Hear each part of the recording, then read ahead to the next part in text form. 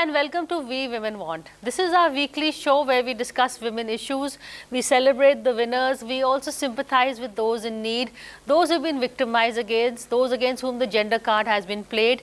We look for solutions, we talk to like-minded people, we discuss problems, we discuss medical issues, health issues, or just issues of being women. And also, as I said, we talk to people who achieve things and try and find solutions to problems that plague most of us.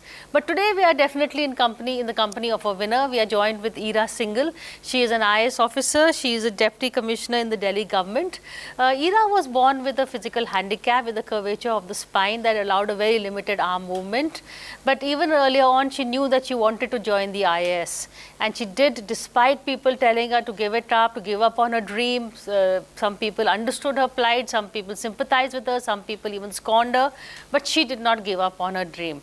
And here she is today. She topped the IAS exam, I have to tell you, and I'm going to talk to her more about that. I think in 2015, you're the 2015 UPSC topper. I am UPSC 14 and IAS 15. IAS 15, okay. But congratulations, Ira, and it's so wonderful to have you with us. Thank you. And just a little bit about yourself. But first of all, if you can explain to the viewers and to me exactly, what is the disability, the curvature of the spine? Yes. What does it mean? Yes. Was it something that you were born with? So I have something called kyphoscoliosis, which basically means that your spine, instead of being straight, it's actually in an S shape. Okay. So scoliosis is basically curvature of the spine. Kypho means S. Huh. So my spine is an S-shaped spine, because of which what that does is aapki baki ki bones, they also grow abnormally in different not the way they're supposed to. So which gives you a hunchback, which gives you different other things which you can't really see in most of the time, but it comes with a whole lot of issues. And in most people, when they have scoliosis, it comes with immense pain and immense muscular issues. Because what that does is those bones, because they're growing wrong, they put wrong pressure in your internal organs and on your muscles, and it manifests differently in most people. In my case, because I was a dancer and I've kind of been dancing all through, so that fitness factor came in somewhere since childhood, and I don't have the kind of pain that most people have, but I do have stiffness of muscles, stiffness of bones. So those issues I definitely have, and then I have other issues as well, which are not really severe in terms of health crisis, but more in terms of structural defects. But having said that, I remember reading and that you have a limited arm movement also. Yes. So the whole issue is something called Noonan syndrome. I'm not very clear on how that manifests, but that's what it is. And with that, there are a lot of other sort of defects also which come in. So for example, I don't have upper body strength. Like most people, my arms are not they don't stretch out and they don't move the way that they do for everybody else. So there's a lot of other issues that come with. But I want to share with our viewers what I like about her is her spirit. When she walked in, we had an issue with the height of the chair, with my chair being higher than hers. And she just laughed and he said, what? Who wants to be tall? Hame kya chhat ki safai to nahi karni or something. So that's the spirit. That is, you embrace, what you get, the cards that you're dealt with, and then you turn them into an ace, which is exactly what you did. Yeah. See, if I wanted to be a basketball player, I would feel bad about being short. But since that's not my aim, what should I feel short about? Something that doesn't affect my lifestyle. Fair enough. So what made you want to join the IAS? So since childhood, I was somebody who wanted to be in the society contributing. So I wanted to be someone who made a difference, who kind of, did things for people around you. And I wanted my life to be something where, I could change other people's lives for the better. I could make other people's lives happier. And that's why I thought the job of IAS was interesting in that respect. And I'll tell you how this particular thing came into me. Actually, I thought, let's be a doctor, because, doctor saves people and doctor goes around doing that. But, and I had always been going to doctor since birth. So that's something that I'd, was seeing. Ground, huh? Yeah. But what happened was that I remember when we were studying in civics, when we first got civics in school, they taught us about different authorities in India.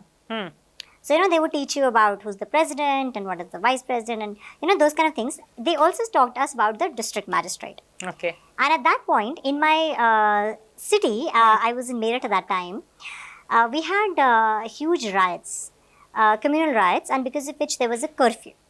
And when you have curfew in cities like that, it's the DM who manages everything. So DM is telling people what to do and where to go. So you could actually kind of see what they were doing on ground while you were also studying it. So that's how I decided that this looks interesting. And I love traveling, so I thought IFS also sounds as interesting in that respect. But yeah, so this is why I wanted to do this. But then I moved to Delhi, and kind of in metro cities, you don't really see the work of government as much as you do in smaller cities. So here, all of that fell behind, and I thought I'll be a doctor. Class 10th, my dad says, listen, you look like a patient. Nobody's coming to you for treatment. Let's be real here. So he didn't let me take bio. And so I went into that, engineering route because I was good at computers. So my dad was like, Go for that. do that. And he's an engineer himself. So that was, the thing that he knew. So I did engineering and I realized I'm pretty much the world's worst engineer. Okay. Yes. And I have no qualms about admitting that. I am horrible as an engineer. I spent my 4 years more, managing fests and events in college and kind of getting that done and being the hostel president and all of those things. Yeah. So my 4 years in college was that. Then I thought I might as well get a degree for all the work that I've already done. So I went into MBA and I did management, and I loved that. I absolutely loved studying for my MBA, and then I went into the corporate sector. So when I was working in the corporate sector, and I'm answering the question you haven't asked, but when I went into the corporate sector, I absolutely enjoyed my work. I was in a company called Cadbury, and if you work for Cadbury, you can't be unhappy in life. That's true. Free chocolates, constantly. And even before the world gets to eat them, you get to eat them. I remember in my time, we were launching Bonville. And I was in the headquarters, and like all of us had Bonville for free. And, Wow. Yeah, right? And there was a room called the chocolate room. I see. Which was full of chocolates. Like, it's your dream room. So, yeah, what more do you want in life? But there was a point I was working 20-hour days, and not kidding, actual 20-hour days, including weekends, every weekend as well. And then I started thinking that I worked so hard, but I haven't made a difference to anybody else's life. I haven't made a difference to the world. I haven't made a difference to people around me. I haven't really done anything for anybody.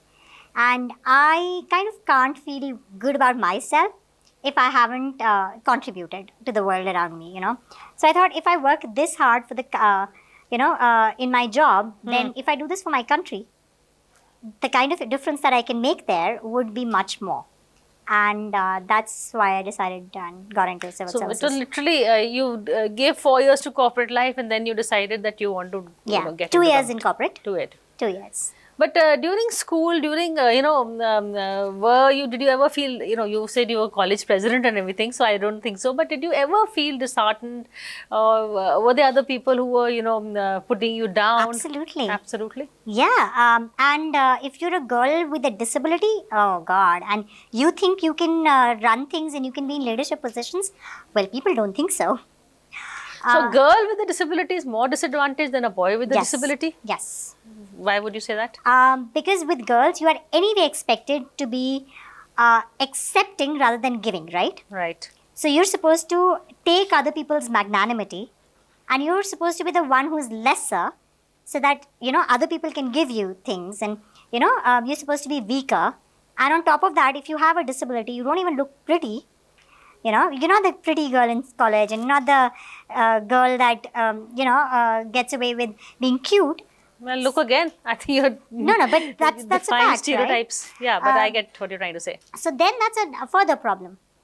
So you're, and then on top of that, you say, I want to be in leadership roles. People don't want that. So they want to patronize you. Yes. They are more comfortable in that. Exactly. The image world of you. is very happy if they can give you charity. They don't see you as an equal, because how can you, who looks weak, be their equal? Correct. Right? So that, in fact, strangely, my battle with the world has been more about being a girl than about disability. Explain that, yeah. So the bigger problem was, लड़कियां थोड़ी ये काम करेंगी, लड़कियां थोड़ी ये positions लेंगी. Think about it. In our college, in our engineering college, there are timings for girls' hostel, right? There are no timings for boys' hostel. So what that does is it limits the amount of time you can spend on activities of developing yourself. If there is a college fest happening and it needs to be organized, you might need to be out there till 12 in the night. If there is a security thing, if there are other people in the college, and you will need to make all the arrangements, right? College ends at 5:36. Till 8 o'clock, there is barely any time. So you would need time after that. But as a girl, you will need special permissions. I see. Right. But for boys, they don't need that. They have all that freedom. Or you want to work in a lab, you want to make experiments, you want to, develop yourself as a researcher. You will need permission to do that. You will need everyday permission to go work in the lab. It restricts your opportunities. And I have had people, teachers tell me, लड़कियों को ऐसे नहीं बात करनी चाहिए, लड़कियों को शांत रहना चाहिए, लड़कियों को दब के रहना चाहिए. Even teachers saying that. लड़कियां, you can't be in commanding roles because you're women. Male teachers, women teachers? Male teachers. Honestly, women teachers themselves would normally take a back seat and never be in leadership roles. They would be very, very good at teaching and being respected as the researcher and an intelligent person, but not as a leader. And that's where our problem is. Women are still not allowed or respected mostly in leadership roles. The world says, तेज है. Right? तेज है, दूर रहो. Because she will not take nonsense. She will not accept, something wrong. So, तेज है, दूर रहो.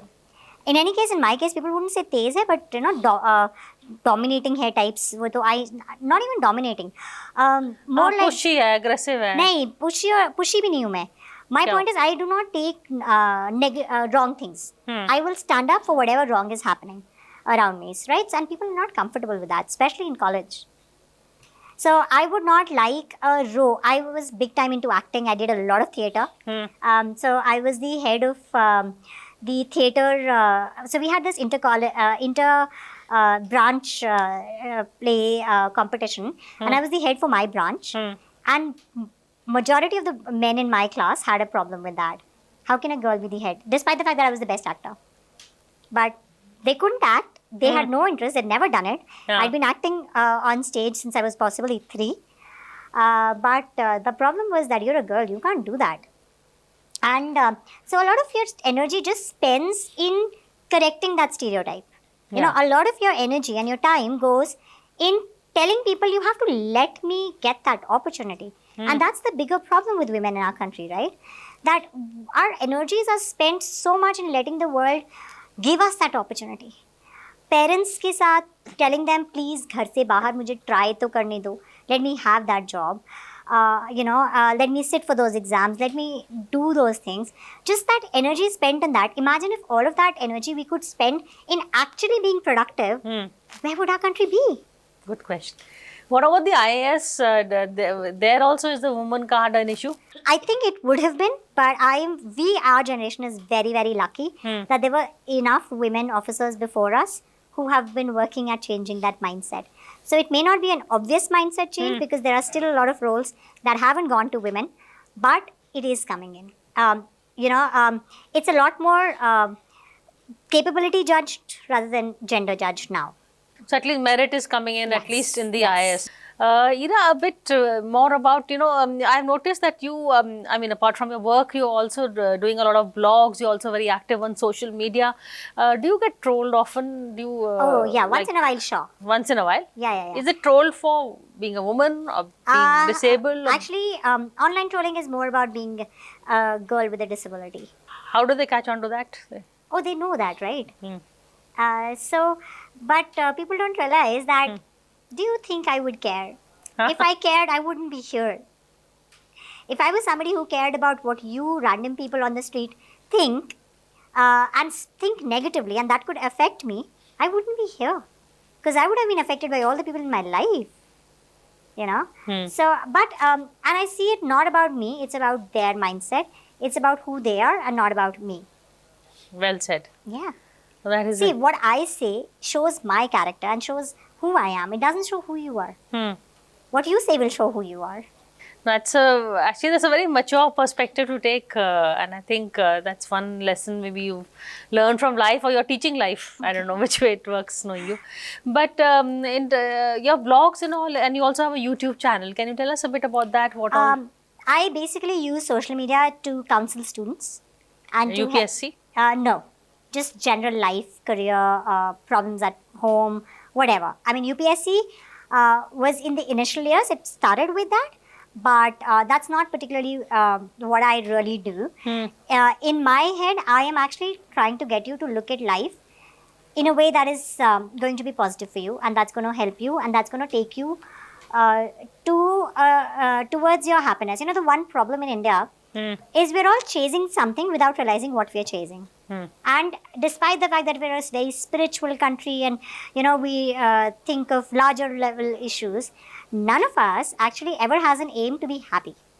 Our aim is always some material thing which we think will make us happy, because it'll give us social status, and we assume social status gets happiness.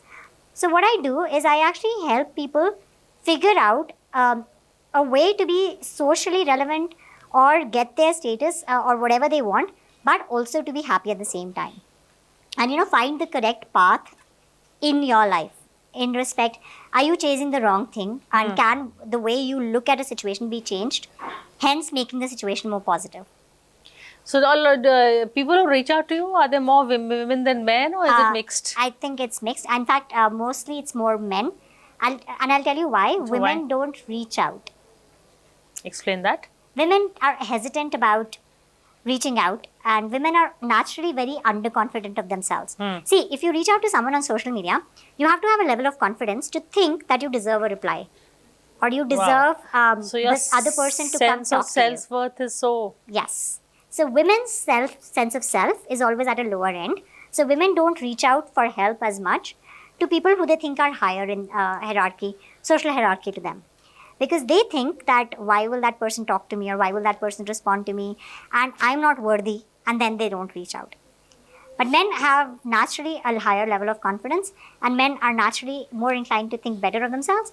So they are more confident, and they, you know, men are told, try it, go take a risk. Women are told, don't take a risk. Shut up and sit down. Yes. This is- And that's how it works in this also. That mentality of don't take a risk, don't, do something wrong, don't, nudge life, that comes in here.